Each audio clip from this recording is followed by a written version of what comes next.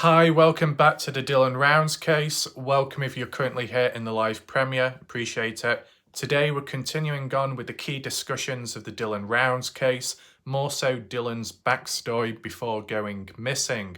Got to try and understand these factors and supposed events and supposed information of what's come about in most recent time, arguably new information which has never been covered before in the Dylan Rounds case until yesterday when I covered it, right? So once again, shout out to the Montello local, the person out there that did the bit of researching and then passed on the information so I could share it with you and try and make sense of it. A few people I've never seen this before and they showed their responses last night in the live chat. Now, if you yourself are wondering what's this new information about to do with Dylan Round's backstory, make sure to check the link out down below in the pinned comment section of my previous video, okay? What we are going to do today though, we're going to look back at the comment section of last night's video just to see if there's any questions that need to be answered, if there's any additional interesting information which other people have shared. It might help reinforce, strengthen the points which have been talked about. And maybe we can add on from there and I could give you my thoughts, opinions. I can also go on the maps today just to highlight, reconfirm the location of Independence Valley. I know some people will be very familiar with it and know the location, but others may not. So we can go on the maps as well today just to clear that part up. There might be the odd other comment as well, which we can get through to clear up a few other loose ends.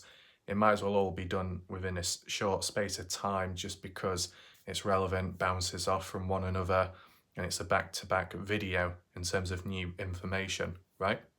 As said, all this, at least for me, okay, I've never really heard of before, so it takes me time just to read over it, just to double check and get it in here, because, you know, we're doing all the other coverage of this case, quite a lot of it being repetitive, whilst it comes off as boring to some people.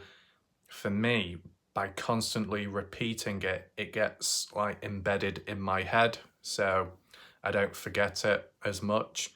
Whereas if I looked at it just one time, I'd probably forget.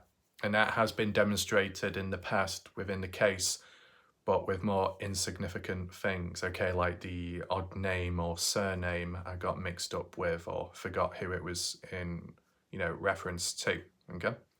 So I think the best order and structure for this video today is to look at the comment section first of the previous video, catch up there, and then we can transition on to the newer comments, okay, to clear up some loose ends and add in some additional points. And then we probably can go on to the maps, colourful, visual, change of pace and scenery, go on there to clear up some locations. And then after that, that's when we get into the deeper part where I share with you my opinions, thoughts, ideas, theories around Candice Cooley and Justin Rounds, whether it be Candice Cooley knowing about the background of Dylan Rounds or Dylan keeping things secret along that line. It's a very important video, this, so a certain level of focus is needed to understand everything. And yeah, it's advised that you watch from start to finish so you don't miss out on any little points, okay, believe me, because we've got a range of different material to get through today and a few loose ends to be tied up. It's best to maintain focus and watch from start to finish so you don't miss a single thing, because we have seen it in the past, right? Where people have missed out on something, then it's led to a misunderstanding, then it's led to either confusion or conflict. We need to eliminate that issue right here, right now, okay? So to allow people to join on in to catch up, let's check back the previous comments of my last YouTube video. Right, I'm just gonna adjust it to newest comments. We've got a couple more to get through this time round, but it shouldn't take too long. And yes, still YouTube is screwing me over. What's in the reply? Skeptical, I'm sorry for this. Truly, I am happy you're on YouTube. Watching your videos has taught me so much about what to do and what not to do on this platform. So for what it's worth, thank you. Well, that's good way it's helped you in some way. So you're welcome. But yeah, YouTube's screwing me over for absolutely no good reason at all. Once again, claiming that I don't follow guidelines, yet I do, and when I have appealed videos, they have been approved afterwards, so there was no problem to begin with. Yeah, because of YouTube messing up. You know, their mistakes are costly, their mistakes are impacting me and punishing me for no good reason, okay? So screw YouTube. And screw the YouTube or Google support system, support team. They're absolutely an abomination of abysmal, useless idiots. Okay? And people say, oh, well, like Raf's getting a little bit angry. If that's classified as angry to some people, to me, that's me being calm. Okay? Take that into consideration. Linda saying it's interesting. That's good to know. Feel free to share your additional thoughts, Linda, about the recent research and info that has come on out, whilst I try and battle with this useless tripod, which keeps slipping. Right, so we've got Indiana. A lien is a legal claim against an asset. Okay, fair enough. So when I came out with it, I said, was it a tracker? Was it some kind of legal thing? So I was kind of getting there. But, I'm not going to know all the keywords. Who's this person? Don't know who this person is. Coconut. Oh no, I said that wrong. Consultant. Shout out to this new viewer saying Candice Cooley owed all sorts of money. Dylan was supposed to be kidnapped, held hostage until Candice paid up. Dylan fought back and was killed accidentally. So this person, whoever it is, the way they word it, they're stating it as if it did happen. It's a fact. It's an event. It's set in stone, that's it. But where did you get that information from, that story? What's the responses? Linda, I have thought from the beginning that Candice Cooley had a hand in Dylan Round's death. Right, interesting. I mean, we'll be tying it on later in this video to do with Candice Cooley being involved in some way or another, and the practical thinking behind it, as well as possible common sense as well. So make sure to stick around. But let me know your thoughts in the chat right now. What do you think about this? Do you think it's BS, the truth, or it could be possibly true, right? Candice Cooley owing all sorts of money over a span of time. I mean, we have heard about that here and there. You look back on that video, Candice Cooley trucking 6 years ago, the video posted on YouTube, a few comments there calling her out. One person more so in recent times saying they once worked with Candice. She owed them money, never gave it back, so they almost became bankrupt and suffered financially. So if it's happened to a person like that, it could have happened to more out there. I mean, it was talked about more intensely at the beginning with the likes of Jim Terry and, some of his crew and audience members and ex-audience members, right? But I didn't look too deep into it back then, nor did I refer back in recent time because where it originated from. Sometimes a bit of a bandwagon trend, sometimes a bit of a witch hunt. If you can hear these stories and events and experiences from different people on a one-to-one basis or separate from the pact, like what we saw with that recent comment from that 6-year-old video, you kind of, I don't know, you can analyze it easier without all the other noise. Sure, it's good more and more people coming on out in consensus with one another, but they're all grouped around each other. There's a high chance that there could be a bit of biasness going on. So the best outcome with anything is, such as in a true crime case, different people come out over time, not influenced by one another, nor people around them, and they just simply say what they know, what they've experienced, what they've seen, and several people do that over a course of time, not knowing one another, independently thinking, and it seems a bit more reliable, seems a bit more valid what they say, right? That's at least my opinion. Do we need to do a poll right now? So Candice Cooley may have owed all sorts of money here and there. How could that impact lead on to Dylan being kidnapped and held hostage? I mean, this person's saying was supposed to be kidnapped and held hostage. So it supposedly did happen, but Dylan resisted. Right. My question would be, if this is supposedly the case, where did it happen? Grangeshed property or elsewhere? Are you basing this comment off the hostage call made, well, the call made about the hostage situation by Kurt Wadsworth the 31st of May 2022 in Montello, that Aviles and Venstre are kidnapping, holding hostage Dylan Rounds? Is this what this comment is supposed to be about? I mean, if not, and it's a completely different event, what this person's talking about, Dylan being held hostage, then why did Kurt Wadsworth make a call about the theme of being held hostage, but in a different area, location? That just seems a bit odd. Why would you even refer to that? It seems a bit weird, right? You can go down all kinds of rabbit holes from there on, but let's not go down that route, okay? When I do see this, I sense a level of BS, okay? What the Candice Cooley owing people money and people taking it out on Dylan as a form of like a ransom hostage situation. You want the ransom money, you get your son back, something like that. I mean, we'll explain it a bit later, okay? Give you my true thoughts about this. I do sense BS. I'll be honest with you. And also, what I do feel was this comment on screen influenced by what other people have said in the past? I believe it was on Bob Farrell's channel or the Shack Ladies, one or the other, where they were talking about Dylan being at the Grangeshed property and some horse trailer parking up outside Aviles and Venstre, supposedly kidnapping Dylan there on the spot, putting him in the back of the horse box, tying him up, and then they drive away, and then somehow accidentally Dylan Rounds strangles himself around the neck, and that's how he dies. The end. Some kind of magic trick gone wrong? Yeah.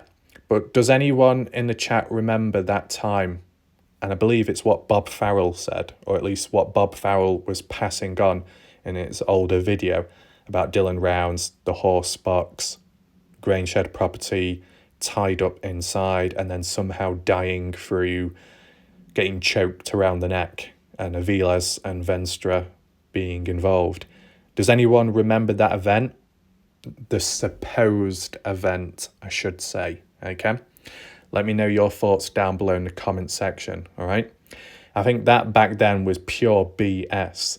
And when I see this comment here, along the same theme of a hostage situation, trying to fight back and somehow dying in the process, it kind of sounds very similar to what Bob Farrell was talking about back then. So if that was BS back then, it makes this point likely too, right?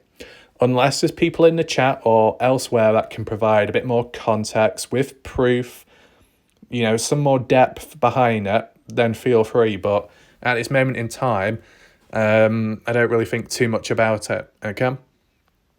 But do you see how vast it's suddenly gone with all these different ideas and concepts? Sure, it could be creeping back in, all the darkness from the past, all the noise and talk back then, that could be resurfacing once again. But let's just filter it. Let's just go by it one by one, okay? The likes of Weezer was able to clear up a few key points last night, if you remember, and that was on the spot as we go along with the information, what we're talking about in recent time. So we've got the right people, right place, right time. So we've got a filtering system now, which other people, other channels didn't have back then. So that's how we can keep it under control here, right? Let's move on. So this is tying on with like Indiana's comment. A bank or a lender may put a lien on your property, house, car, tractor, etc. because you owe them money. They use your property as collateral collateral until you pay your debt. That's what a lien is. I think I might have heard of a lien now when I think about it.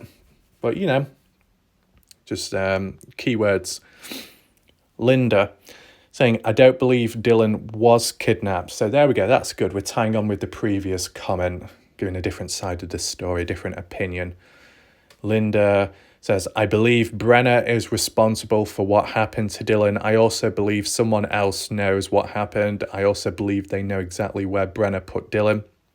I pray Dylan is found so his family can start the process of grieving the loss of their son. My heart goes out to the family. Okay, let me know your thoughts down below. See, this is the thing. There is evidence which does suggest and prove that Brenner obviously played a part, like that incriminating video footage, the 7:27 timestamp one, on the 28th of May 2022 inside of the trailer, right? 27-second long clip from Dylan's phone. His phone was retrieved from the pond, 19th of June. Brenner in the trailer, blood on his hands, sleeves, shirt. Shirt later found in the trailer, blood, DNA belonging to Dylan Rounds. So yeah, incriminating footage there, right? I think this is the key thing, and I'm sensing it myself. So I just want to see if anyone else agrees in the chat. When we do look at this alternative information and backstory behind Dylan, which opens up new possibilities, new avenues, new leads and suspects, does anyone else feel that little feeling of detaching away from the Brenner situation? Does anyone else sense that?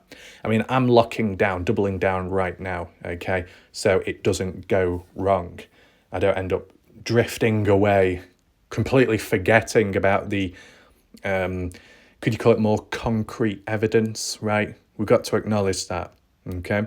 If you don't, and you drift away, you go down a rabbit hole, you go down a dark road and you forget the basics, you kind of like a lost cause. It's like, well, where do you go now?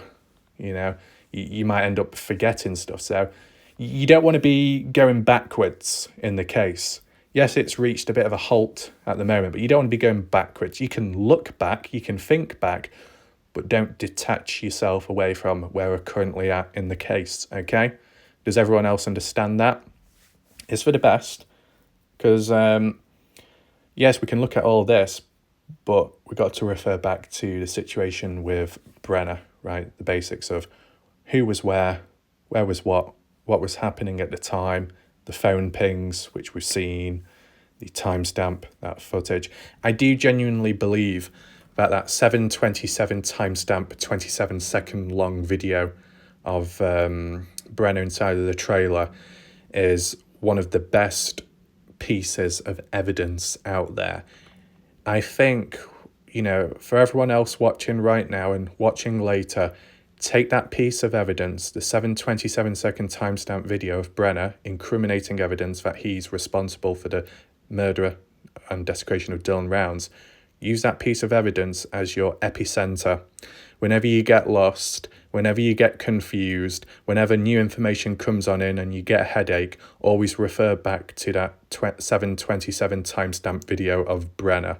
It's like a starting ground. It's like the foundations. So you got something to fall back on, someone to look at who is responsible, right? Because there could be a possibility that there are more than one person involved and the others have not been caught yet or really looked at. But whilst you end up venturing off elsewhere on a bit of a hunting spree, trying to figure out the answers, you can get lost and caught up in stuff. So you can always look back at Brenner, at least there's one bit of the puzzle solved, right? One piece of the puzzle.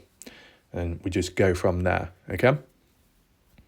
So I'll just give you my quick updated thoughts at this moment in time.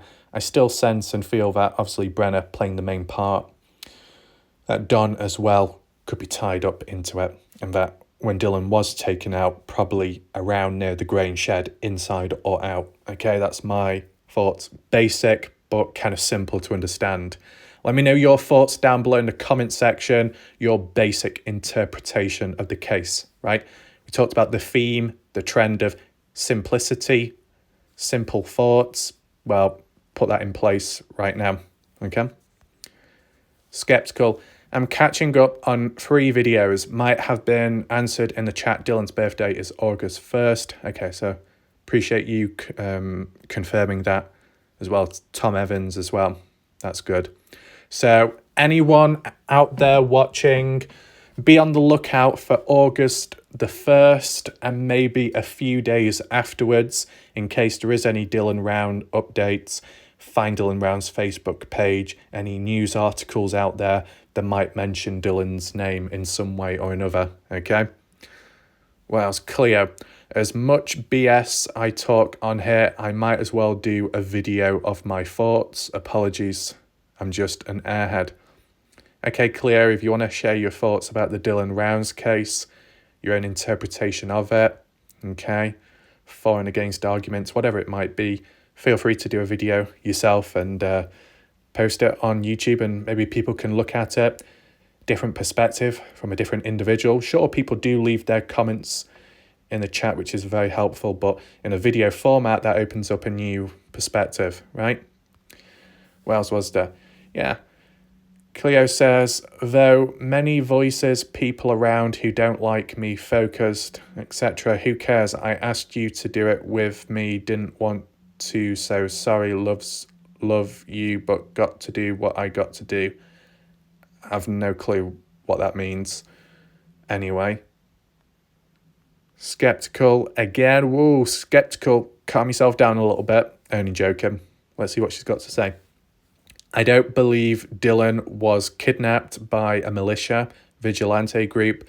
We have to remember there's a video of JB, known as Jim Brenner, also known as James Brenner, cleaning a gun with blood on him, true, but the video isn't real proof as well. He could have been cleaning up for someone else, unless there is audio that Ellie hasn't released. Oh yeah, so if there was audio of Brenner saying, oh, I can't believe what I've just done, or damn, Dylan, you shouldn't have done this, you know, then it would further prove that Brenner was the main one, okay?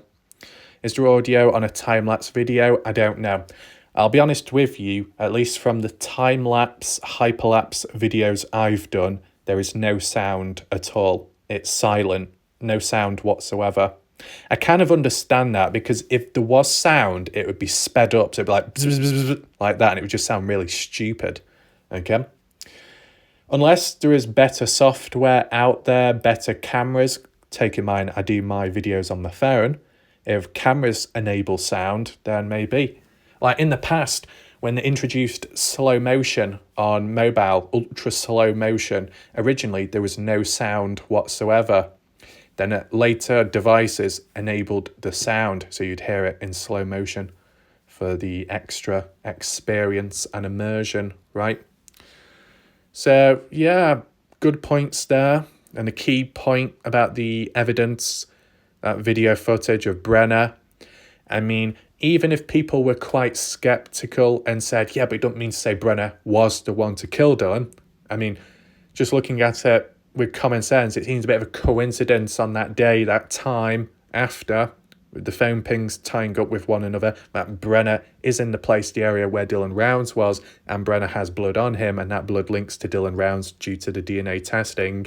Yeah, you could put a but in and say, well, yeah, incriminating evidence involved in the case, but he could have been cleaning up for someone else, as Skeptical says here.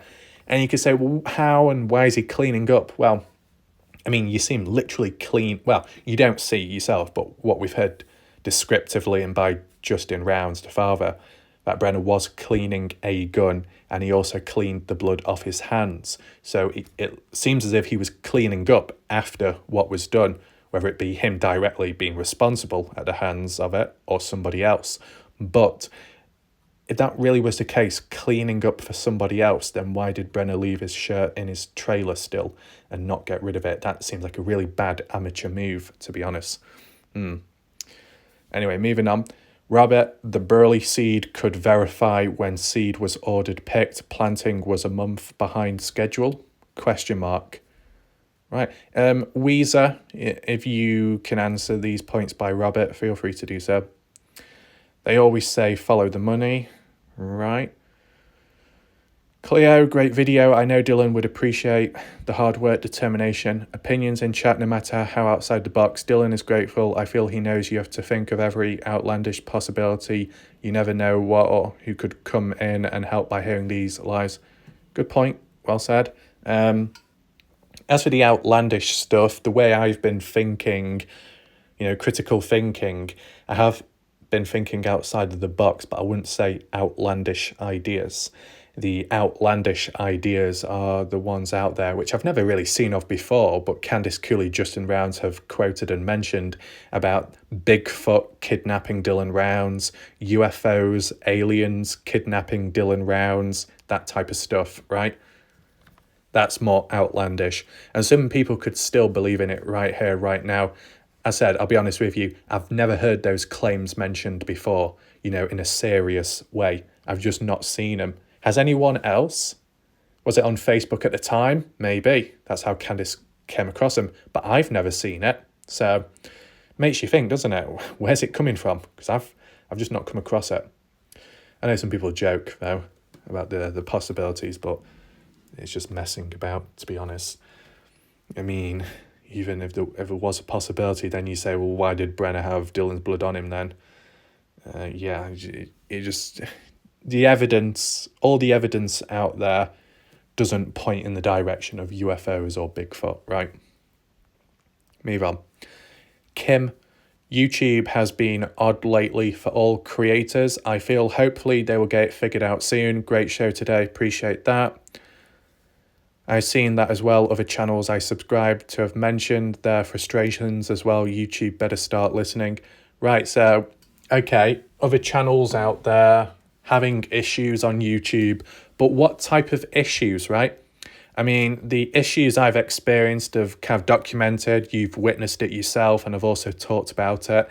The main issues I've been having on YouTube is, first of all, YouTube restricting my videos unjustly, their automated system being corrupt and useless, their YouTube human approval appeal team being biased at times and overly sensitive compared to one another, no consistency, guidelines not being consistent. One video will be limited, another video on the same theme and topic won't be limited and approved.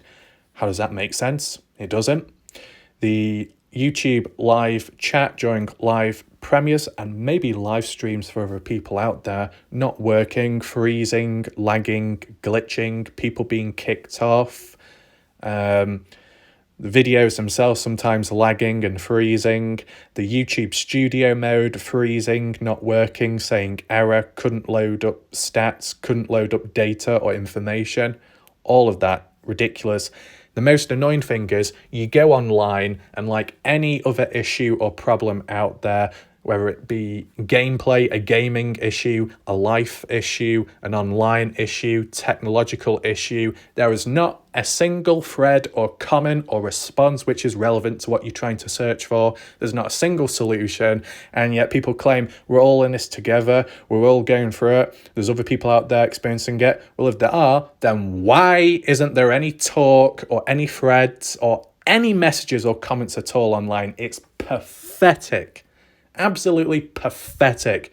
The amount of technological issues I've come across over time and in-game related issues, so many of them have faded away into obscurity, no answers, never solved, had to move on and leave that stuff behind. It was a joke, right? People go about adaptation, adapt here, or improve this, improve that, self-worth, self-improvement. It doesn't mean F all at times when it comes to these issues outside of your control in which there is no fix or solution out there, even though people are going through it, but no one's really making an attempt to talk about it besides me. So yeah, pretty much sums that up. Move on. Skeptical. Oh, long comment. Here we go. Updates from the local were interesting. Thank you to them for sharing. Yes. Again, I go back to the existing video.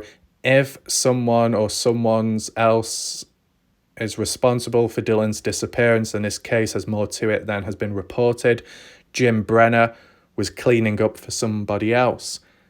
Either Jim Brenner snapped because he was sick of Dylan, because Dylan busted down the gate, because Dylan backed into the horse gate, or because Jim Brenner wanted Dylan's money. There's something more that makes Kenneth Cooley believe Jim Brenner just snapped but is keeping it quiet. Or others came after Dylan for financial reasons, whether it was locals that knew Dylan had money or for unpaid debt, and Jim Brenner is covering for them. But why would he do that? I just thought of something else. Because Candice Cooley has stated that Dylan hadn't been around his property or Grangeshed property months leading into Dylan's disappearance, is it possible Dylan came onto the property without Jim Brenner's knowledge? There was a phone call that went unanswered, and Jim Brenner accidentally shot Dylan, the intruder, and decided to clean up, shared info with Don Hatley, who also helped clean up. Interesting thoughts there. I can kind of understand it, if Dylan has been away for some time, Brenner partially lying to the police at the time as well after Dylan's death, saying, not seen Dylan for months, not seen him. Technically true if Dylan has been doing custom farm work, but obviously on the day the 28th, Brenner coming across Dylan, as they were in the same place at the same time in the area, the Grangeshed. So if Brenner wasn't anticipating anyone coming on down, if Brenner heard a crash or a clunk, noise, disturbance, as he's in his trailer, maybe asleep, half asleep, hungover, who knows, startled, rushes on out with a gun, fires a warning shot, accidentally shoots Dylan, unaware that it was Dylan. All I would say is, if that really was the case, if Brenner accidentally hurt somebody who he didn't mean to hurt, would Brenner help them? Would he? I don't know. Like, if Brenner accidentally shot Don Hatley, okay, or maybe Kurt Wadsworth, for whatever reason, would Brenner feel sorry, remorseful? Would Brenner call the police, call an ambulance? Would that happen or not? I don't know. Maybe in an extreme scenario where Brenner has killed someone for the first time ever, he may not know how to react. And he may think, well, I can't get out of this. I can't win. If I do report it in, they'll just assume that I did it on purpose and then I'm locked up. And even if it was accidental, I'll be locked up. I don't want that. So the best thing I can do in my position is just hide Dylan. Yes, it makes him look more bad later, but he hasn't really got a choice in his position, right? Do we do a poll around that? We could do a poll. The poll can be, on the conditions Brenner wasn't anticipating Dylan's arrival on the day, do you think Brenner shot Dylan because he thought he was an intruder, an invader, mistaken identity, a misunderstanding? Yes, no, maybe, I don't know. Feel free to vote right now. I think it's a bit of an interesting idea, an alternative theory upon many other different ideas and concepts, right? You could look back. People have said that Brenner has fired warning shots before in the past if you get too close to his place, his property, right? I assume strangers. Does anyone know? Is there any Montello locals that can recall Brenner firing warning shots, a wounding shot, whatever, towards somebody who was a stranger encroaching on his land, his property? Has that ever happened before? If it has, then you could apply it to the Dylan Rounds case, right? The bit about where Brenner didn't answer his call because he could have been asleep when Dylan tried calling Brenner at 6:58 a.m.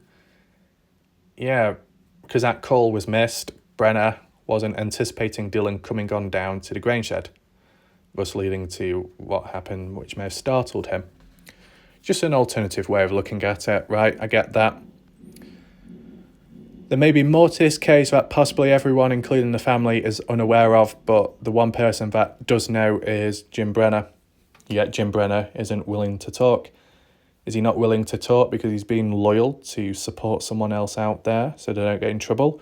Or is it just because he knows that he's in trouble, he's screwed, he's done what he's done, and the only thing he can do now is drag it out and play the role of God in control, has all the answers, the key to finding Dylan, etc.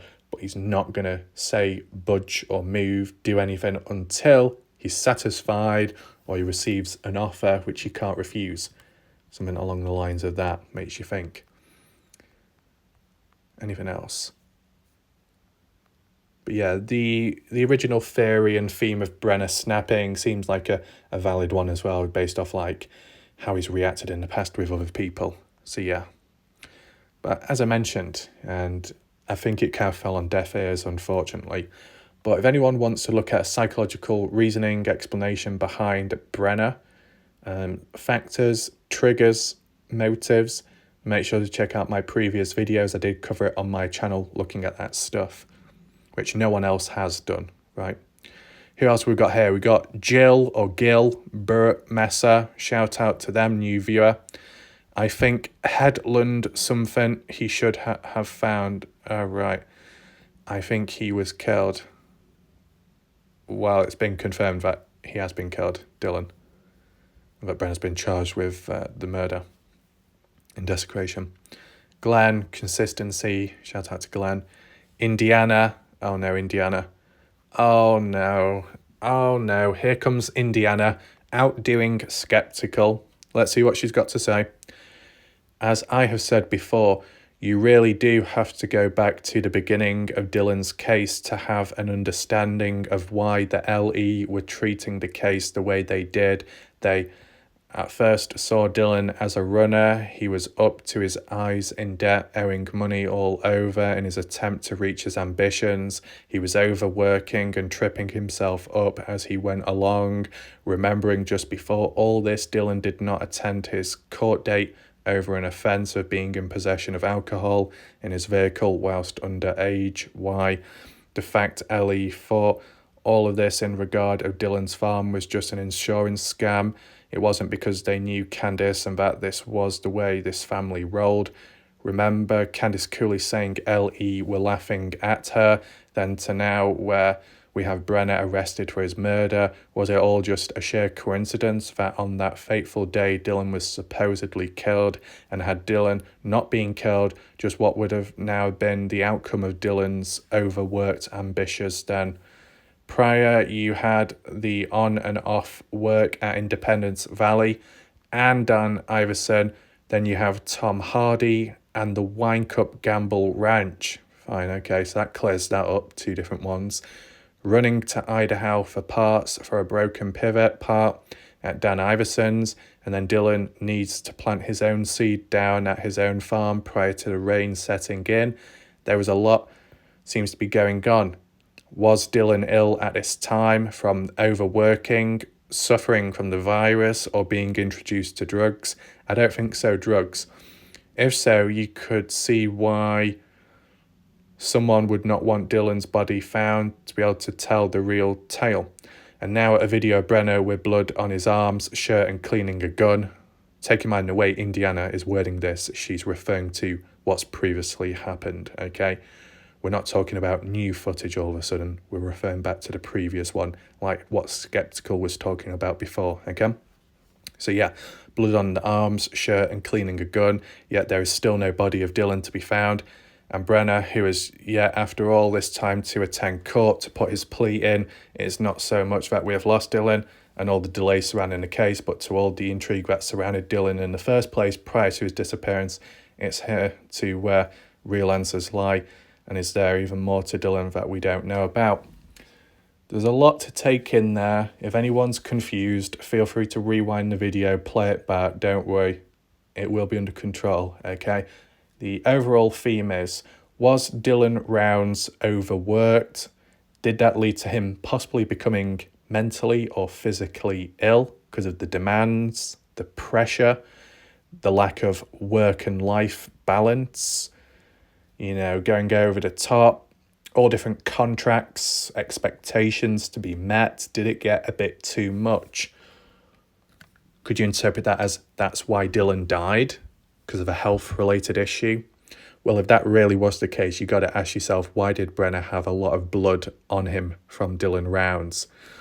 If it's like a health-related issue and collapse into the ground, you're probably not going to bleed out profusely, are you? To be bleeding out quite a bit, there needs to be some kind of injury, entrance and exit wound, which then leads to blood seeping out, right? Not just like an internal illness because of overworking oneself, right? So you've got to take that into consideration.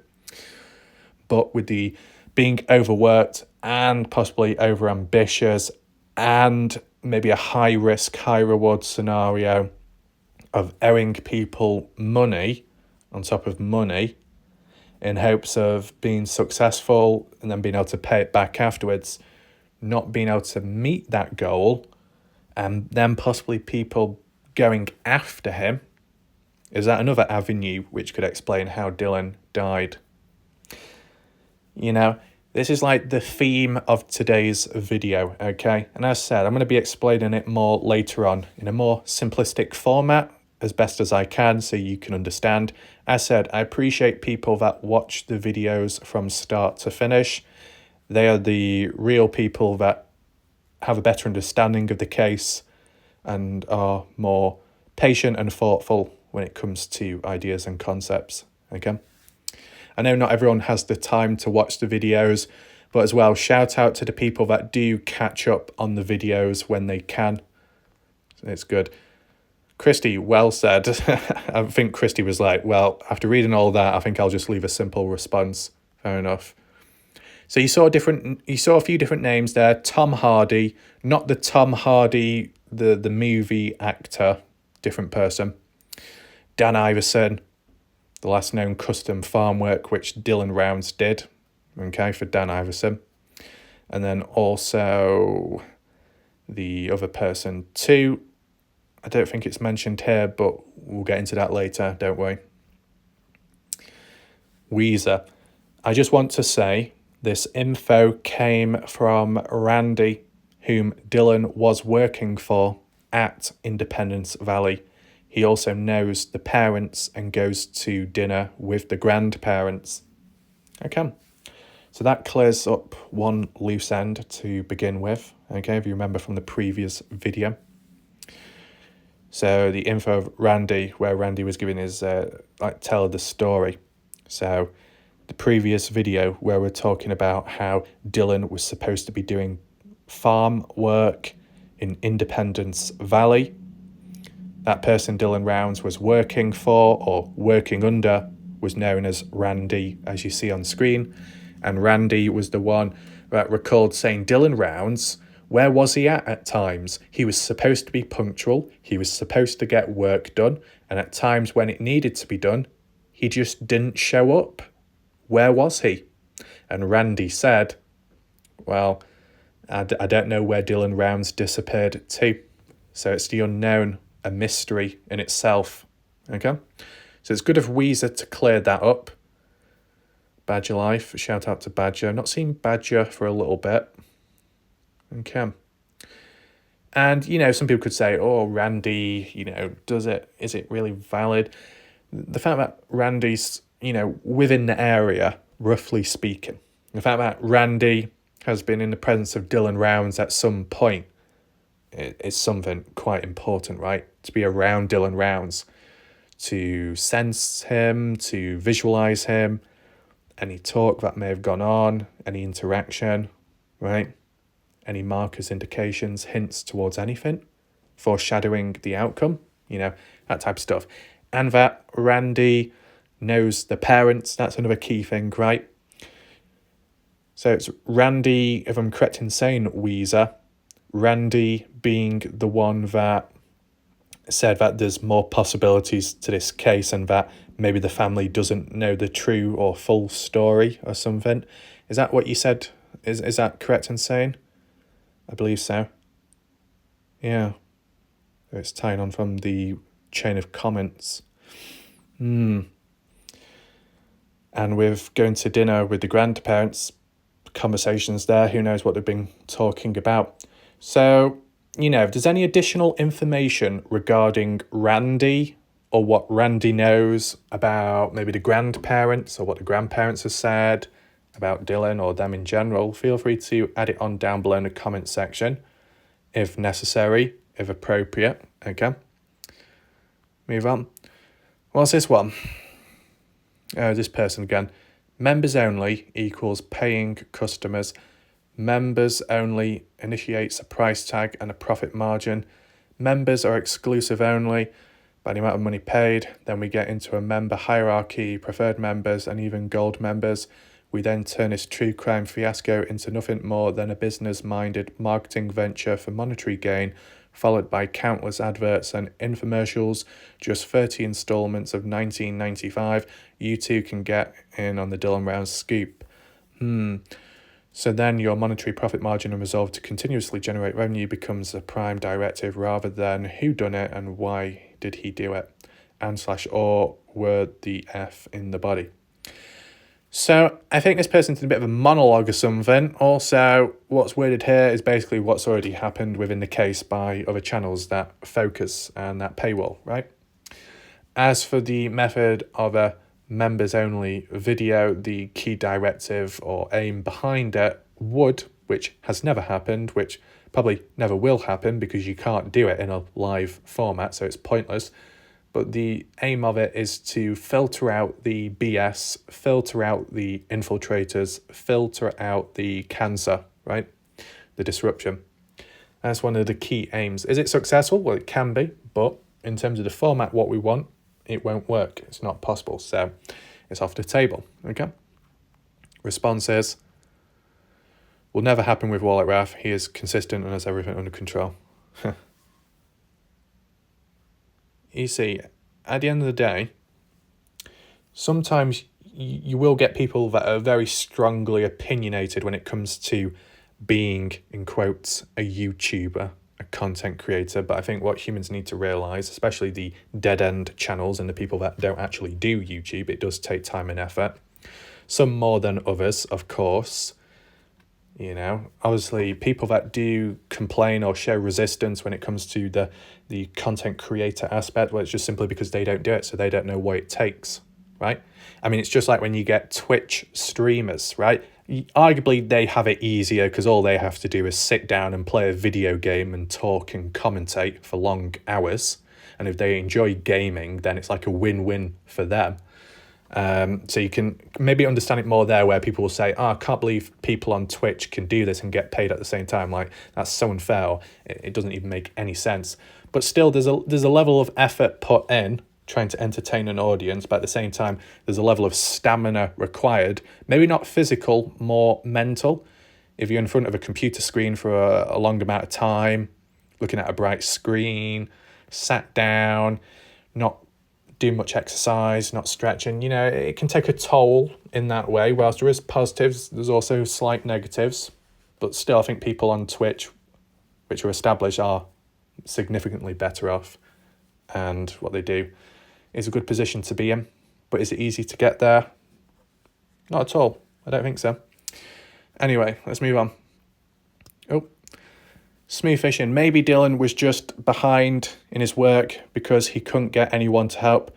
Maybe that's why work didn't get done on time or wasn't where it was supposed to be. Fair points. Why does it do that? I didn't want that. I just want to click read more. There we go. Still working on previous jobs. Not sure if I believe some of that because a seed company can't put a lien on anything unless he put it up for collateral, and not sure why he would do that when seed isn't that high in price. Right. And last but not least, new viewer, shout out to them. I'm joking. Okay. Warlike Ref, you done great work gathering information and weeding out the BS. Did anyone hear Brenner's shoot his gun? Fair question, good question. No one's ever explained or come forth with an answer, which is odd. You got to look at it this way. How many people are in Lucin at the time? Where are they stationed or living at? Would they have heard any bang sounds within the day at any point, any time? More so in the morning? Who knows? Should we do a poll? Yeah. The poll can be, because we've not done many, I don't think. Sorry, that's just a chair just standing up, got a stretch, and the cable's pulling itself. You absolute knob.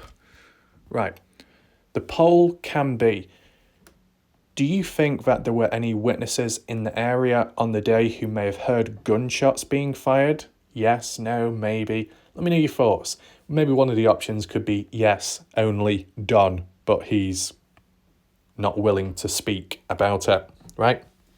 It's only because as time's gone on, people have referred to, oh, this person's from Lucin.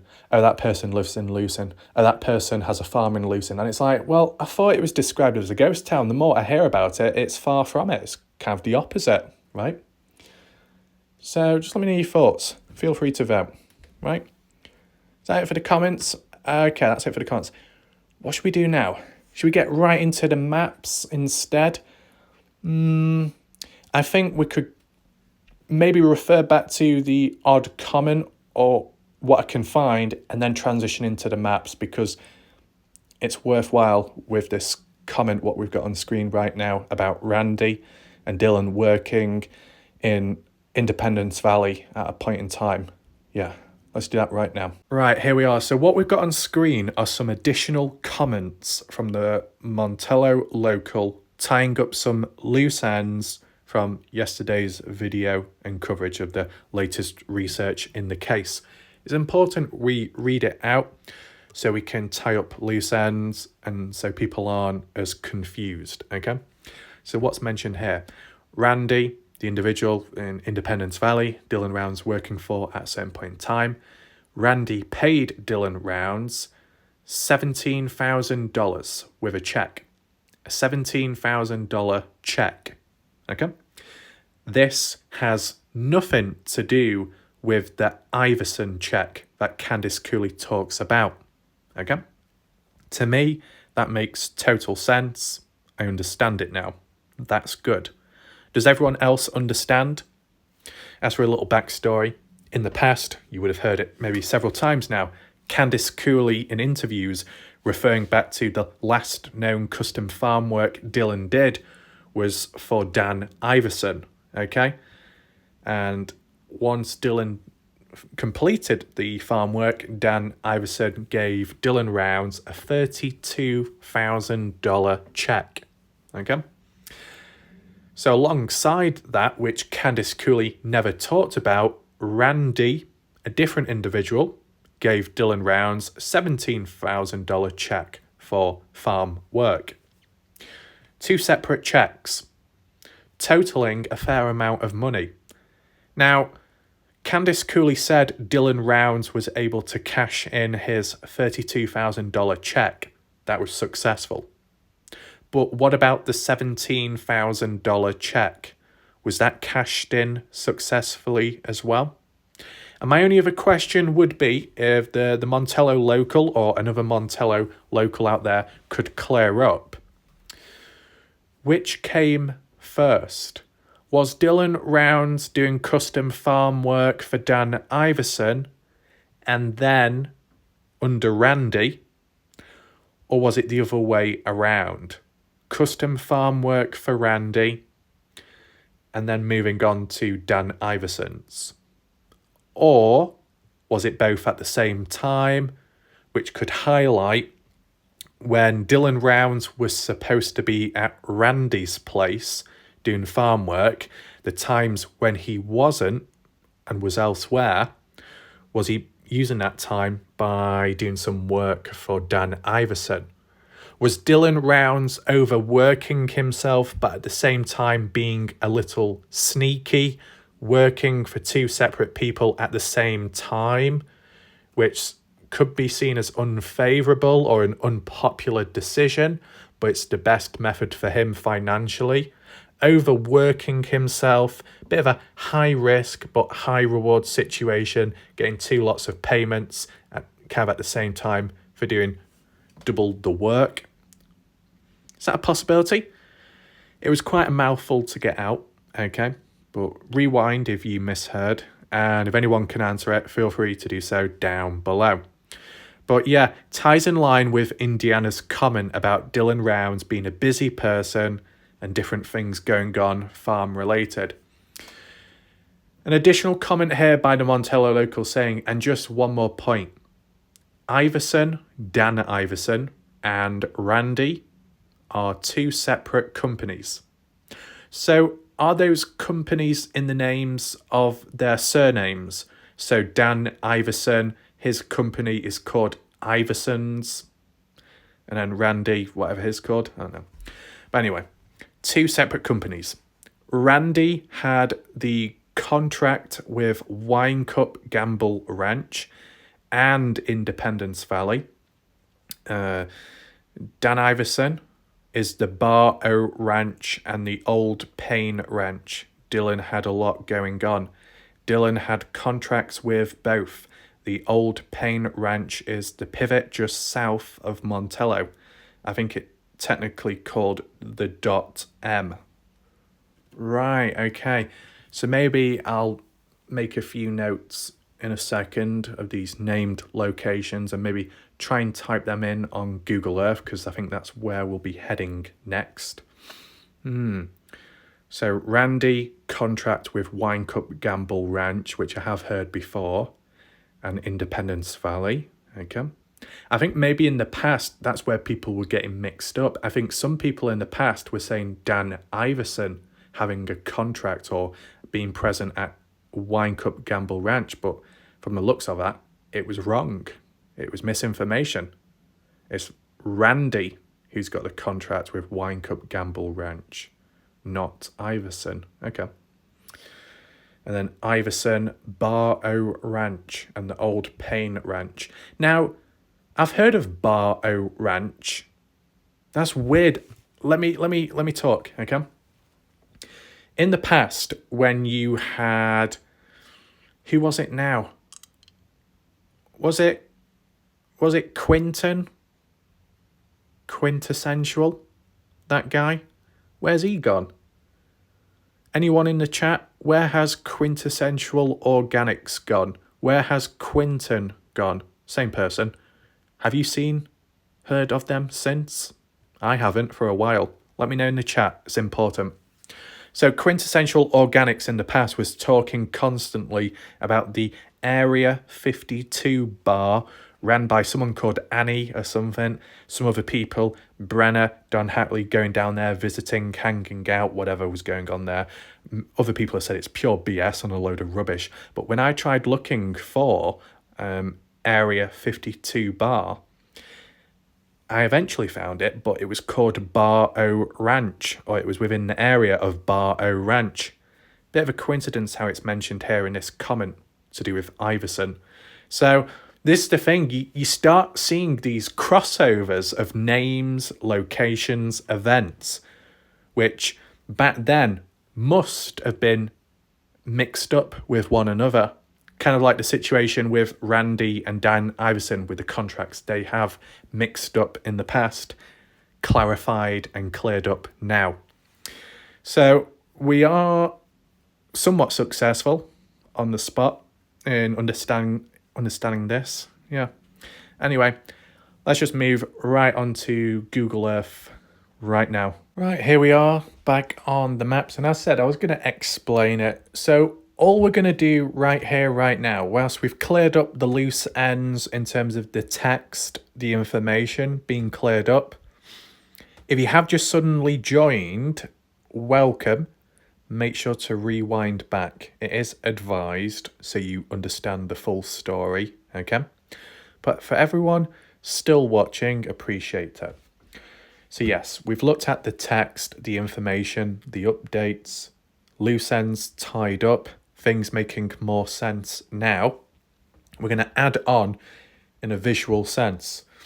We're going to look at these locations visually on the maps so you're more familiar with them. It may ring a bell for some people, okay? So we probably should start off with Randy, the contracts, locations he had, the places where Dylan Rounds worked, right? More so Independence Valley, okay?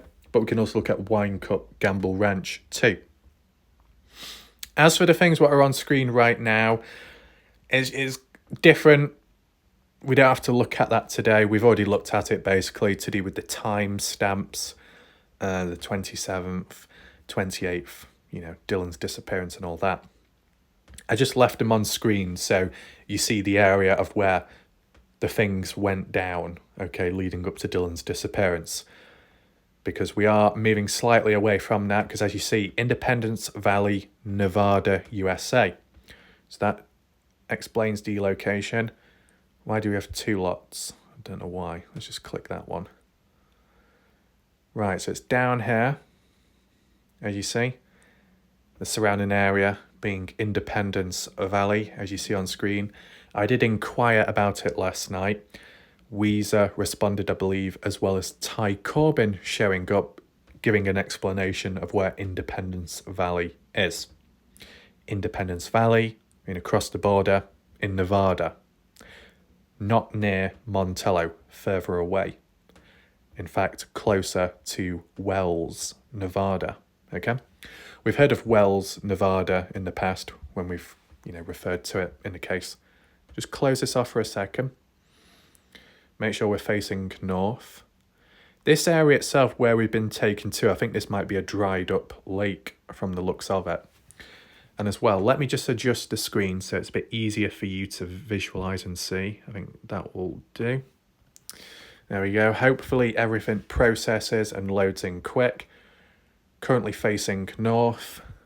Right, I better not press that button again because it ends up flipping me off. Not with the finger. Okay, so you see the surrounding area. Look at the ground here. There's patches of water, as you can see, where it's damp and wet, but not a lot going on. Quite sparse and empty, right? But may fill up when it does rain heavier. I get that. But what about location? What about farms, ranches in the area? If this is roughly the area where Randy had a contract and Dylan Rounds was supposed to be working at, where about exactly? Well, we don't have to pinpoint it. I just wanted to briefly show you where Independence Valley was, okay? A place called Spruce here, whatever that is. You can see a main road, like a highway, from the looks of it. Some like, wow, look at that mound there. Oh, railroad tracks. It's not a highway. Always get mixed up there. Yeah, railroad tracks, as you can see. Runs all the way through. And you got these like areas here, which was, it looks like it was dug out. Very detailed. Look how detailed that is. You see the ridges. You see the shadows. How the ground's been dug out in certain areas. And different levels and depths to it. Was that dug out because of the railroad construction in the past, possibly? Some track marks as well, as you see on the ground. You see, if you angled the screen just right, it looks more 3D, if that makes sense. Not everything is 3D when it comes to objects on maps, but if you can angle them, you can make up for it. Okay? I'm just going to zoom on out now. Now, just make sure that's how far we are away. Lucin being over there where those markers are at. Independence Valley being down here, roughly speaking. Wells being over that way, as you see down here.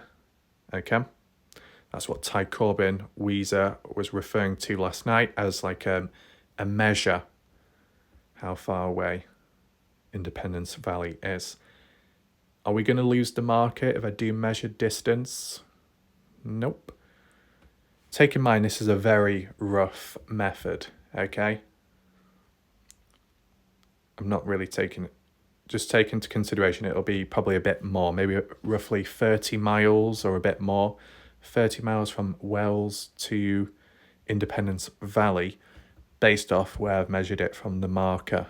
Okay, take that in mind as well, because yes, it says Independence Valley on this one point, this beacon, but it could also mention it maybe here as well. This is classified as Independence Valley as well. So I'm not like measuring it from border to precise border or grid layout, because we're not that specific here, okay? It's just a rough estimation of the distance, right? And why would you look at the distance? Well, just to understand what Dylan had to do, and, you know, where are we looking? Okay. Where's be the best place? Let's just do it somewhere like here. Very rough, as I said, not perfect. All depends which route Dylan took as well. Something like that. Up to his trailer. About 90 to 100 miles distance. So from Dylan's farm all the way down to Independence Valley for custom farm work, maybe about 100 miles in distance, roughly speaking. Is it a lot? Maybe not like an extreme amount, but depending how often Dylan Rounds had to do it, and depending where he stayed at when he was doing his custom farm work, you got to take that into mind. If it is possible, can anyone explain when Dylan Rounds was doing custom farm work for Dan Iverson,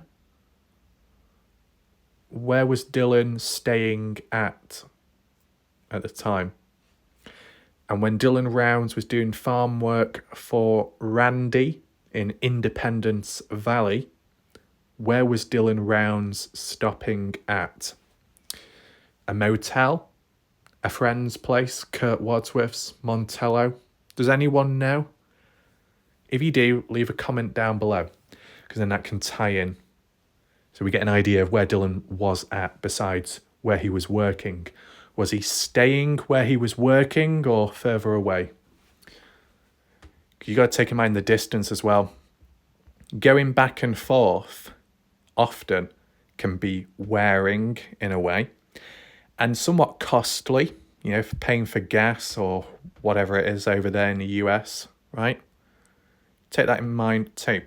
But still, it's not an extreme amount of distance. Dylan Rounds could probably handle it, okay? So that's what it looks like on the maps. You got Montello down here, as you see. And further back this way, more, what do you call it? South, kind of southwest. You got Spruce and you got Independence Valley, as it's mentioned here, and worded in green text there. Quite sparse, desert-like terrain as usual, as you'd get. Some mountains scattered around. Spruce Mountain. Do we have any photos? We do. Let's have a quick look at it. Apologies for the length of this video. Hopefully I can fit it all in. Here's what it looks like. See the distance, everything that's around. Do you know what? I'm starting to think, should I do a part 2?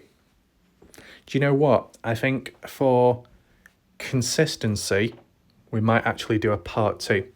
We're still going to continue on with the maps here. We're going to look at all the photos as best as one can, and then I'll see where we're at. And if it is going a bit over time, I'll give my true thoughts and opinions and theories the following day or so. So then you've got another video to look out for. Okay? So let's just focus right now so we keep the consistency.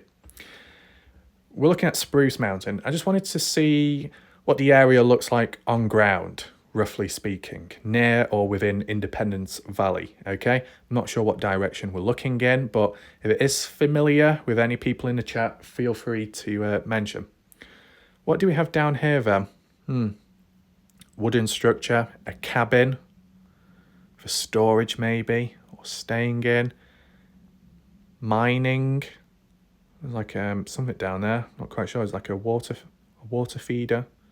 There's a tree, a singular tree, kind of out of place. Is that Independence Valley over there? Not too sure. It's on the side of a mountain or hill. Then we got this one. Also at the top of the peak, I believe the Spruce one. Bit of an angle, bit rocky, rugged, very vast and open down that way in the distance, the valley. And when you look there, that drop, how it goes down in the mountains ahead. more dense with trees, vegetation. Looks kind of rough. 2021 photo taken. Ground level, so we've got some abandoned cabins, lodges. That's interesting. Would anyone be under the idea that Dylan Brown's the theme taken, held captive in a lodge, an abandoned building where no one would ever visit? That was one of my ideas in the early days of the case when I was looking at the area of Lucin and Montello for the first time. Quite a few abandoned places and trailers, right? So it was worth considering. Got a conifer tree in front of the building. Roof itself is collapsed in. The wood probably rotten, dried up, weak. Is that a mattress? Some kind of spring bed? Or the structuring of a bed? It's a bit small then.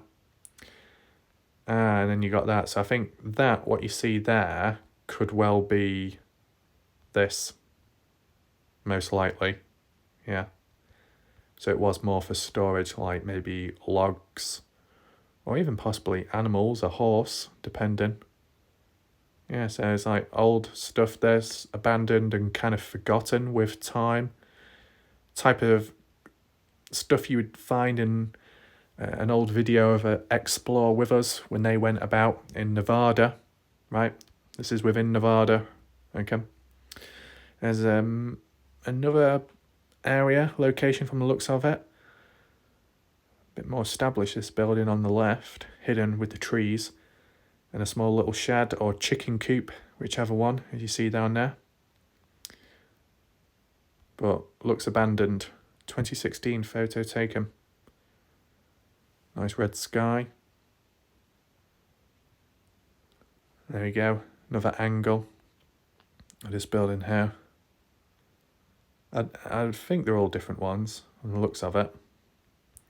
Some do look a bit spooky though when you come across abandoned buildings, especially if it's uncertain to whether anyone's occupying it at the time. There's another photo. That roof though, the main one, is in decent condition. Is it made out of wood? I guess so. Not many holes, not really. I think if Graham Knott was here, he'd probably be impressed. I've not seen Graham Knott for a bit, so I don't know what he's getting up to. Up there, is that like a chimney or something? Could be. Yeah, or like a, what do you call it? A stove, a hob, a heater. One of those. Like when you get a log cabin. One of those heaters with him. Top of Mountain Point again, overlooking the view as you see in the distance. That looks really good. But also, kind of weird, this tree on top. Twisted, it appears, in a bit of a knot. The roots as well, within the ground, look a bit weird. I'll say it's fused with the rock itself, in a sense. Yeah, a wonky tree. What type of tree, I'm not quite sure, but if you can leave a comment down below, feel free. Good view then. We've seen these good views. You can take a better understanding of the environment itself. And we got another cabin there, but completely collapsed in on itself. Broken away.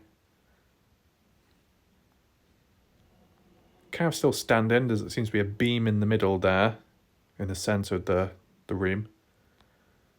But there it's like snapped in half from the looks of it and collapsed here, as you see. Now, what's with all this stuff on top? That looks like dirt, or is that the mound, like a hill behind the building? Not too sure, because it looks like some of that dirt is caved in with the roof on top of the beams. So was there a bit of like a, like when you get a mud slide, something like that, too close to the surface, the mound, and collapsed, and it fell on top of the roof, and the weight of it caused it to crush, implode on itself, maybe? Let me know your thoughts, then. What's on the ground, then? That looks like sheet. So if it is wildlife in the area, to be expected, I guess. Unless it's like metal. It could be more metal, because you can see more there. Rusty metal, possibly. Okay. So we get some interesting photos here. We've not really come across these type before, have we? Actually, what do I think? What's that in the distance? Oh, it's just a plank of wood. And another building here, completely crumbled, abandoned. Tree snapped there. I wonder what caused that. Behind the tree, there's like a little shelter there with corrugated roofing. So a bit more modern from the looks of it, I guess. But then this building back here, the colour of the wood, is it stained, the wood? Burnt wood? I don't know. Interesting.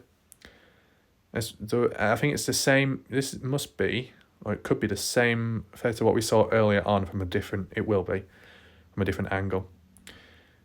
What we see on screen here, with that conifer or bush in front near the door, is basically, hold with me, basically this. It's the same thing, okay? 2017,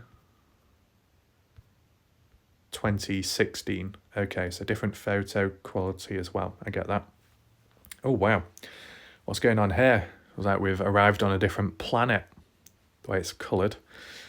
Quite a bit of vegetation, though, to be fair, right? If someone's laying down in the ground, may conceal them to an extent, I guess. Oh, wow. And then inside the abandoned building, holes in the walls, big holes.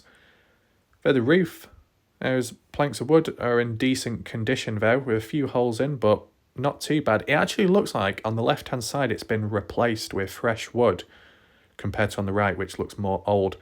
Maybe it's been restored, possibly. I don't know. But some of it does look newer than other areas, more so on the left-hand side compared to the right. And you've probably got insulation on the ground, the cardboard, or whatever you call it, where you can easily punch holes through it. There's another photo, same building. Same photo. Different angle with the same building. See some of the wood there, looks old. Very bright and colourful though. Yeah. Mainly all of the building, right? What's this?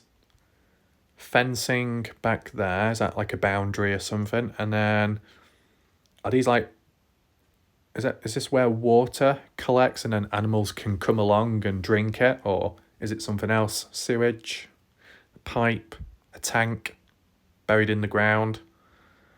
If anyone knows what they are, feel free to explain. There's two lots of them. Don't appear that long, and some in the distance as well, left-hand side of the screen too. Different. Solar panel, fair enough. Okay. Some rocks, side of a mountain. Lower ground, snow too. Well, little remnants of it.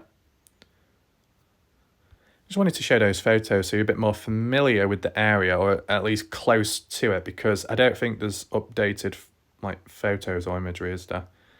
Not really. Not of Independence Valley. There's no like little dots we could go on, so I just went to the nearest location and that's what we did. But yeah, Independence Valley, we've seen it. We've seen the distance from location to location, a place, an area where Dylan Rounds was doing farm work at the time. And the way it was worded by that Montello local, that there was a lot going on for Dylan, a lot of work. Well, when you interpret it that way, that Dylan Rounds had a lot of work going on, you could interpret it as back to back or at the same time. Maybe more so at the same time. And I said that could possibly explain to why when Dylan Rounds was supposed to be in Independence Valley, when he wasn't, he was doing work for Dan Iverson. Possibly. You never know. Do we have any farms within the area? Can I get rid of that marker? Doesn't look like it. Location? No, thank you. Can you please turn off? Right, let's just click that for a second. There we go. I've got it resolved. Just wanted to get rid of the blue lines before we move on any more. Was there anything that stood out to me? Spruce Mountain. I mean, when you look down here, Valley Mountain. Valley girl. Arthur? Off, Morgan? What you trying to do down there, man? No, let's not trigger that off. But can you see in this area, which I assume still is classified as Independence Valley, or at least nearby, you got some pivots, possibly, maybe where Dylan Rounds was working at. On the pivot or nearby. Got some buildings, I think, down here. Whatever that is. Power lines as well. Oh, what's that called? Franklin River.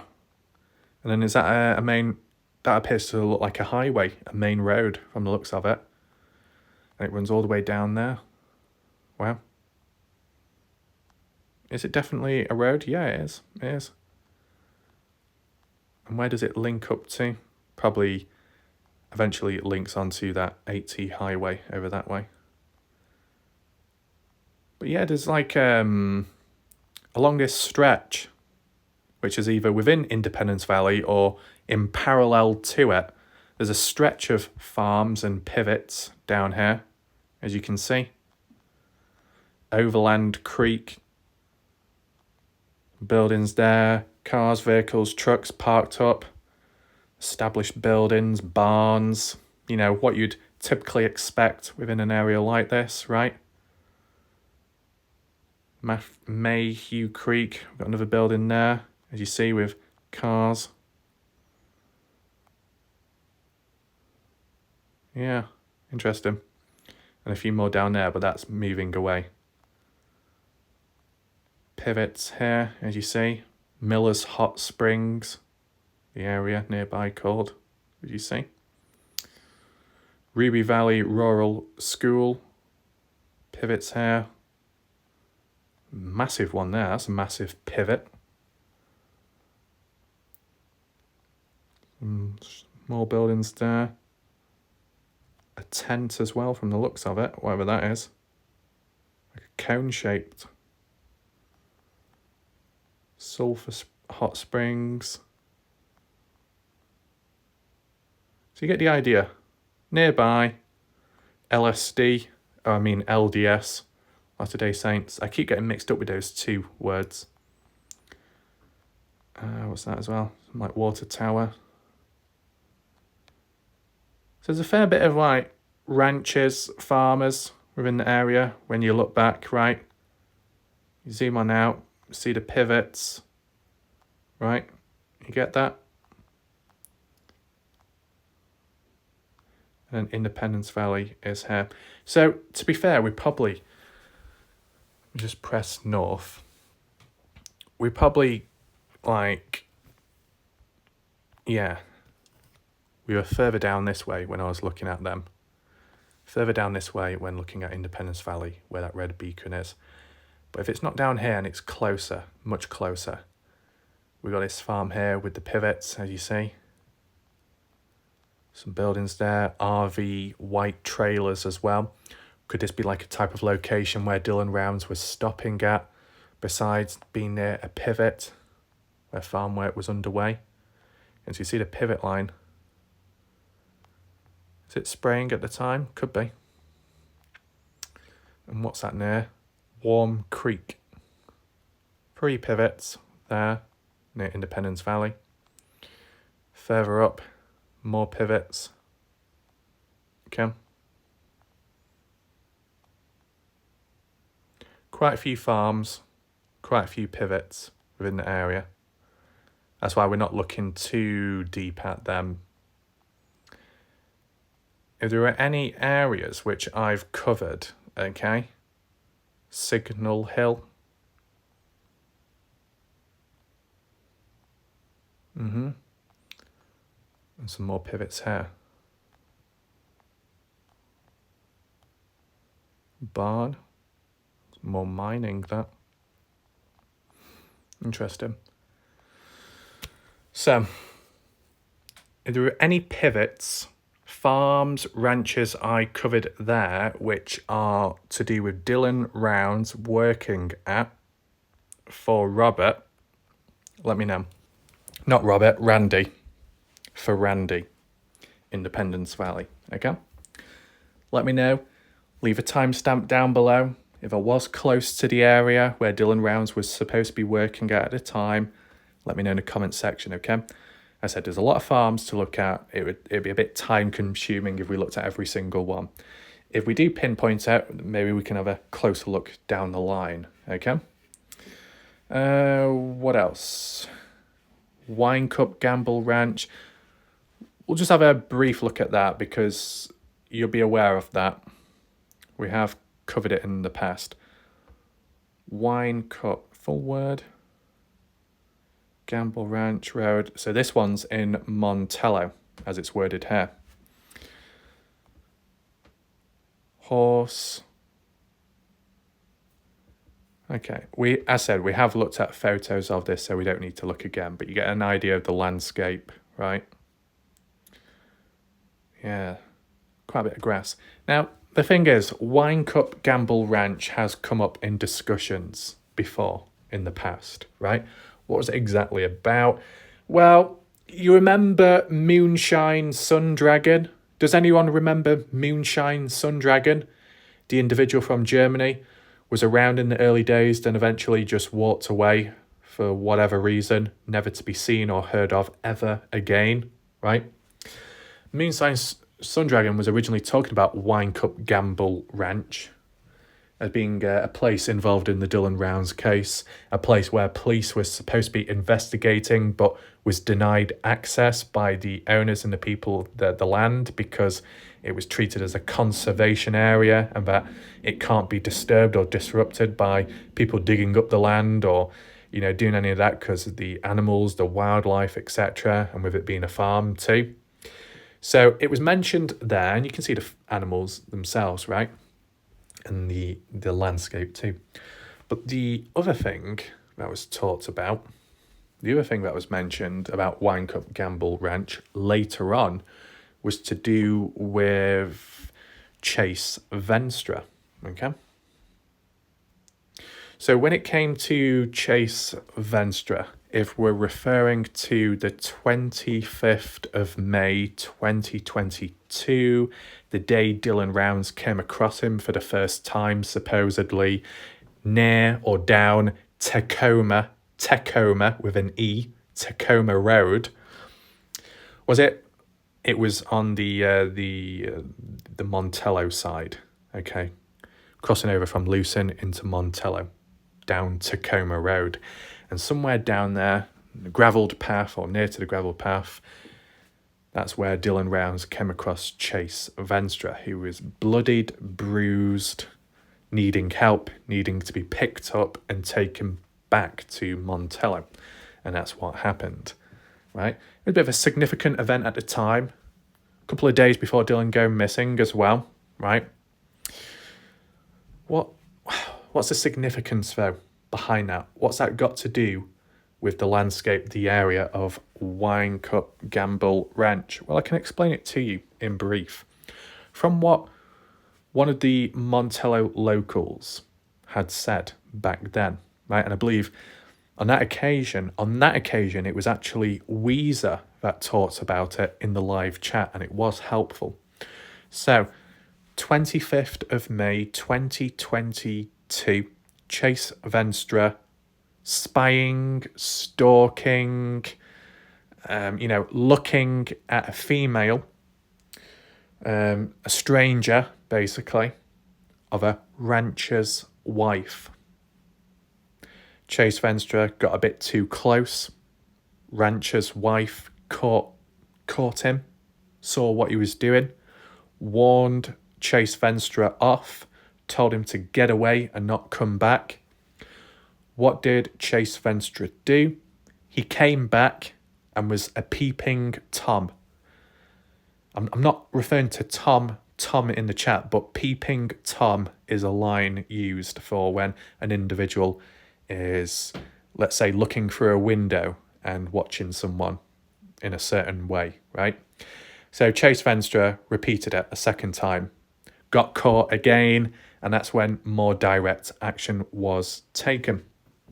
And what happened then was the rancher, the husband, got hold of some of his contacts, guys out there, rounded up Chase Venstra and took him to Wine Cup Gamble Road, which isn't far from Wine Cup Gamble Ranch. Okay?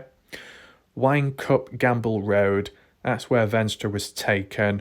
1 mile south, which is around the pivot area, and they roughed Venstra up, hence why he was bruised and bloodied.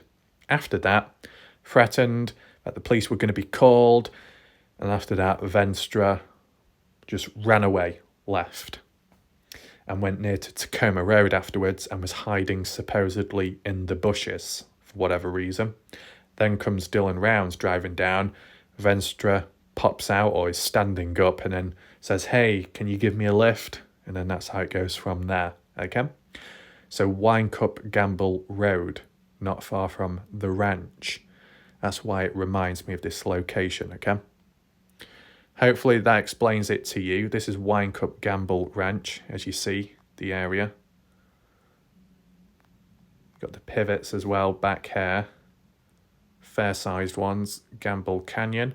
If we zoom on out, Lucin over that way, we measured the distance very roughly, something like that, to the main highway road, crossing on over, coming on down here, down there. It's about 20 to 30 miles, roughly speaking, from Dylan's farm all the way up to Wine Cup Gamble Ranch. Significantly less in distance compared to Independence Valley, right? So if you think about it, Dylan Rounds specifically doing work in Independence Valley, okay, and then maybe at the same time doing work for Dan Iverson. Well, where's the location of Dan Iverson's, the contracts? Well, we can look at that in a second. And we can try and understand, did Dylan Rounds do 2 jobs at once because of the distance being near to each other, or was it just further away, but it had to be done for the money, but it was wearing, and that was the con of it. But you get the idea of the location, right? Wine Cup Gamble Road, if we refer back, hold on, just do that. There we go. Wine Cup Gamble Ranch, not far from Montello. Montello is down here. Let me just flip the image for a second. Montello down here, as we've seen. Lucin over that way, as you see. Independence Valley at a slight angle over that way. Past Oasis on the other side, which is here. Okay, on ground level. Boom, boom, boom. This is perfect.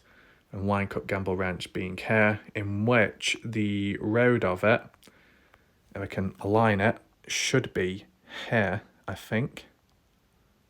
Date Reservoir. The best way to measure it, or at least pick up on it, is Tacoma Road.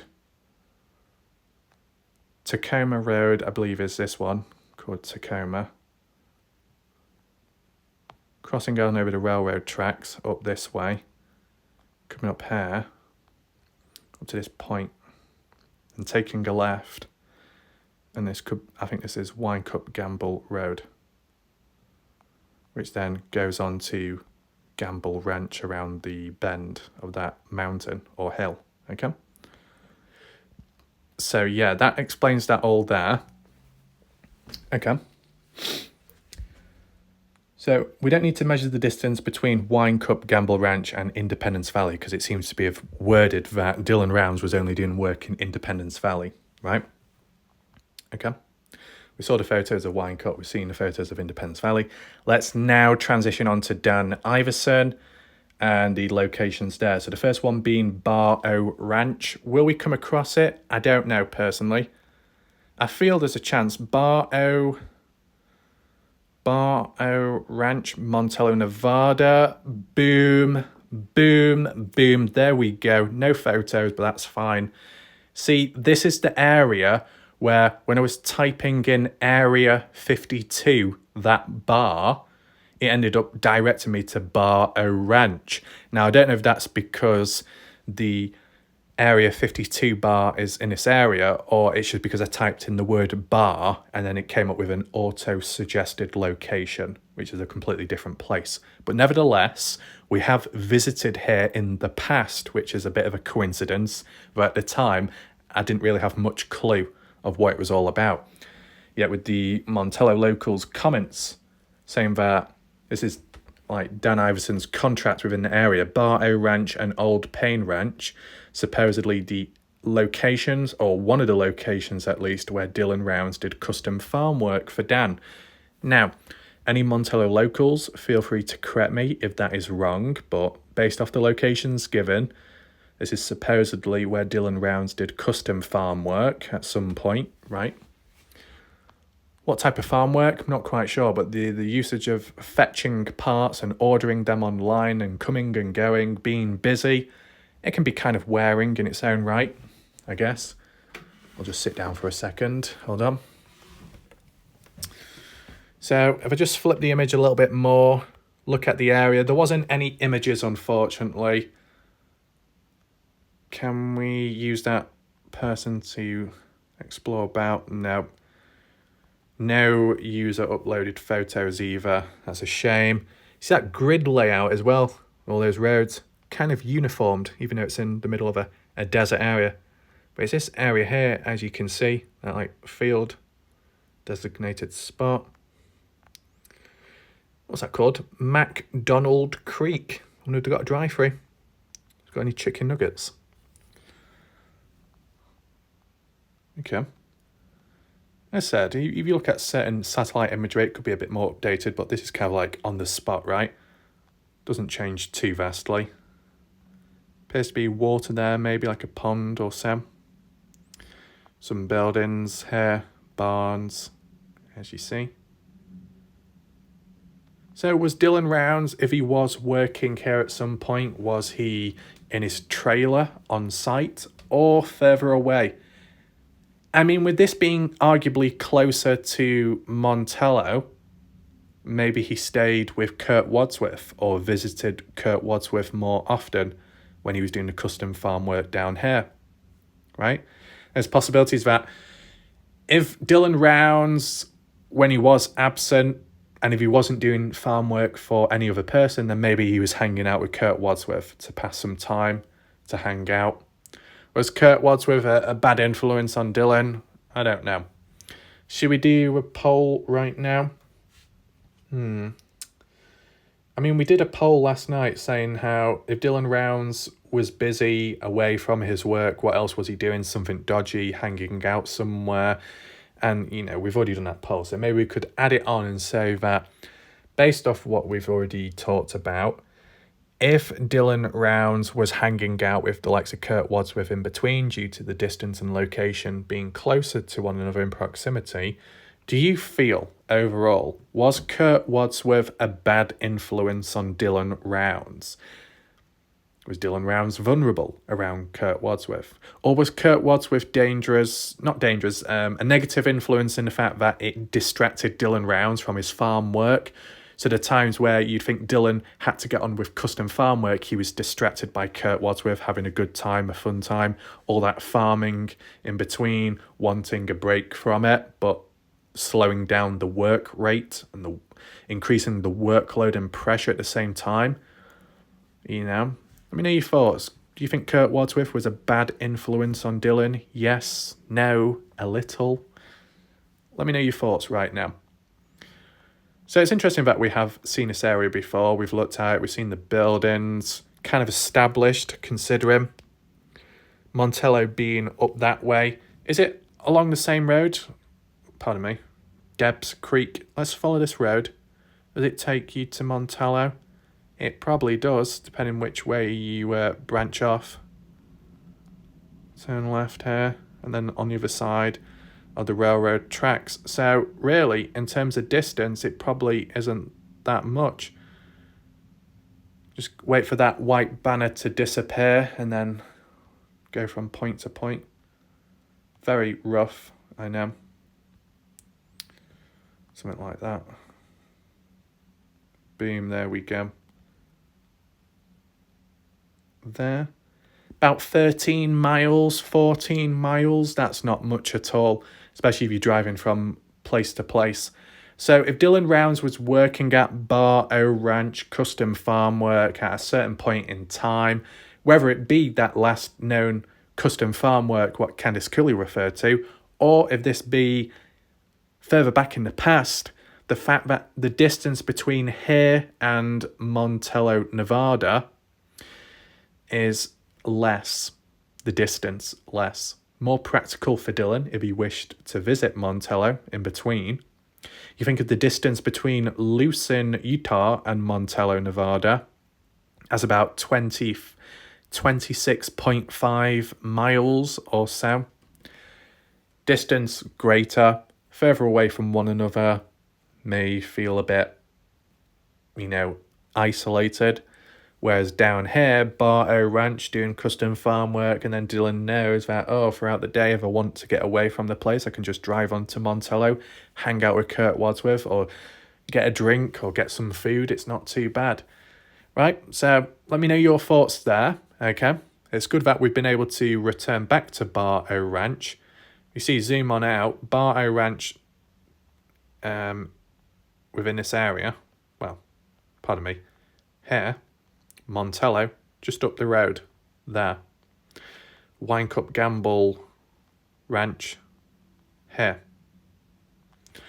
They're all kind of close to one another.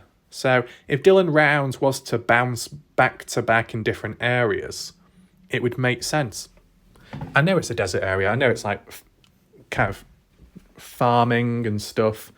So you're probably going to be moving about. But with the locations not being too extreme, it kind of makes it a bit more understandable, right?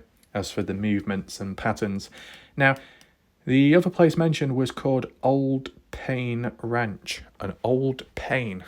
Probably bet some of you could think of a few old Paynes that keep on whinging and whining. That's a different story. Type it in. Let's see if it actually comes up first of all. Old Spaghetti Factory. Mamma mia. Tasha. You never told me. Old Payne. Did I spell that right? P-Y-N-E Ranch.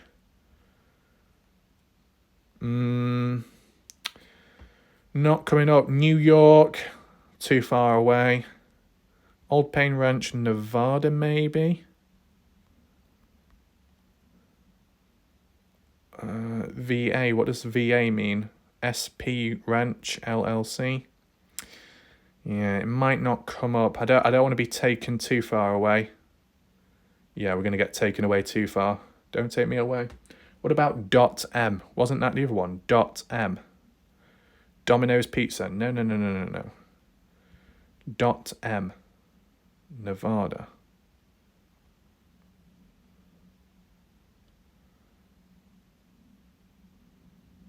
Lube. What?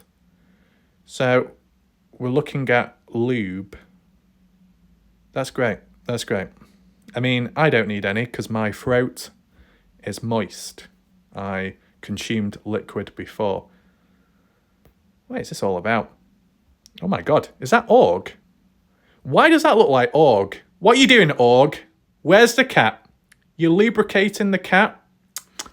Well, this was unexpected. Well, Org has been exposed. His beard has not been trimmed.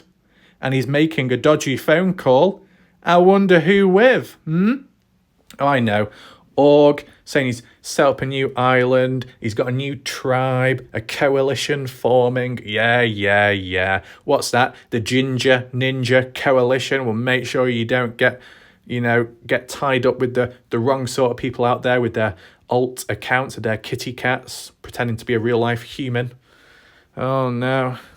So yeah, basically, to put it simple, at this moment in time, we couldn't find Old Payne Ranch as for the contract with Dan Iverson and the custom farm work down there.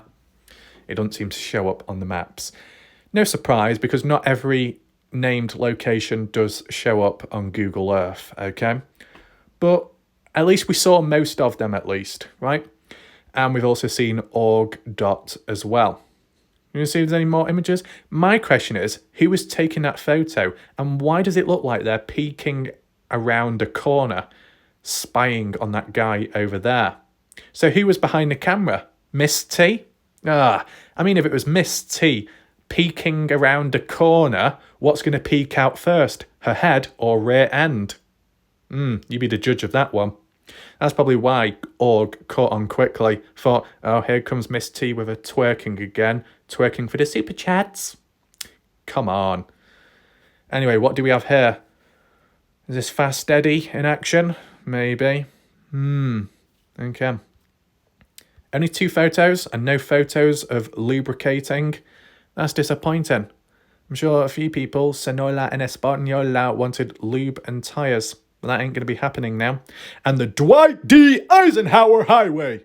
Okay. We the people. And there's Wells, Nevada, as referred to by Ty Corbyn. So I think we'll move on now. So what I would say in my opinion was it's been pretty successful today in terms of clearing up stuff. Now, if you have just suddenly joined, make sure to rewind back to the beginning to catch up on everything. If you did join late, rewind back too. If you want to rewatch the video in general to understand it, you can do that as well.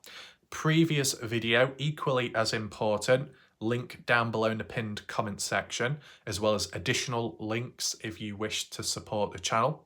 One thing to shout out in general, overall, considering I haven't really done it, but I can explain why I haven't, is shout out to all the individuals over time for the alternative super chats on PayPal.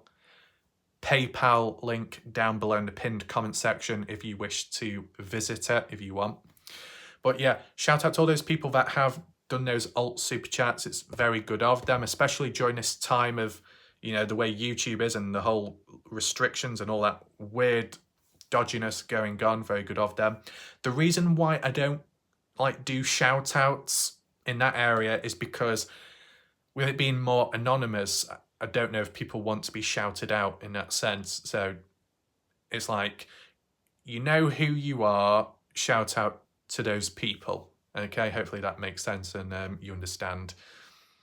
And as well, with it being more anonymous, people can feel more comfortable themselves in whatever they do or choose to do without being attacked by other people out there who might disapprove of certain actions, right? We've seen it all with the whole control of can't go here, can't do that, can't support this person because that person will get into a bit of a tiddlywinks, whatever. But that's not the problem here. All under control, links all under control down below in the pinned comment section and everything else. To conclude with this video, there will be a part 2 coming out next time. Maybe not as long, okay? That's what she said. But I didn't want to clutter this video up too much. A lot has already been talked about. A lot of information tying on with the previous video. That's in its own right, okay? To add on to that, it makes sense in a separate video.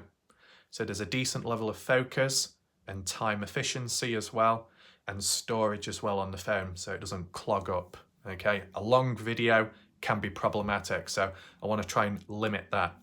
So the next upcoming video, be on the lookout for it, okay? It will be tying in with what I said at the start of this video, okay? Talking about the Dylan Brown's situation, keeping secrets theory, and the Candice Cooley scenario of holding those secrets and what it could lead to, okay?